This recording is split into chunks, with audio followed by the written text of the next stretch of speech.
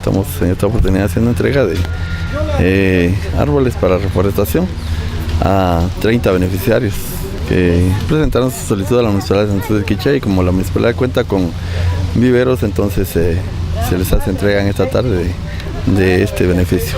¿Alrededor de cuántos arbolitos serán entregados? El día de hoy se entregarán alrededor de 4.500 arbolitos a los beneficiarios que vinieron a solicitar.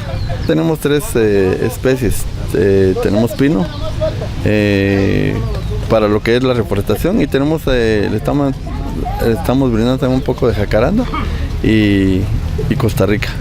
Estos son propiamente ornamentales. La preocupación por nuestro medio ambiente, ¿verdad? Es importante que todos aportemos nuestro granito de arena en la reforestación y en nuestro medio ambiente. Desgraciadamente ya vemos gentes pues que solo cortamos los árboles y no volvemos a reforestar. Pues esto es Dios quiera ustedes lo publiquen, ¿va? Este es un buen ejemplo para los demás, porque hay mucha gente que solo bota palos y no siembra, ¿verdad? Yo estoy sembrando en 2 sectores. Estoy sembrando allá en Chocamán Quinto, y estoy sembrando aquí por Cantón Las Ruinas.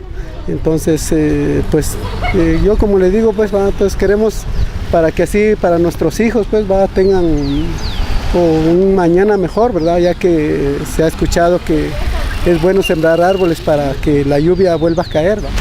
Pues me parece muy excelente que la municipalidad se preocupe por cuestiones del medio ambiente, sobre todo por el diagnóstico que se realiza aquí en el área del Quiché, siendo estos los inicios del corredor seco.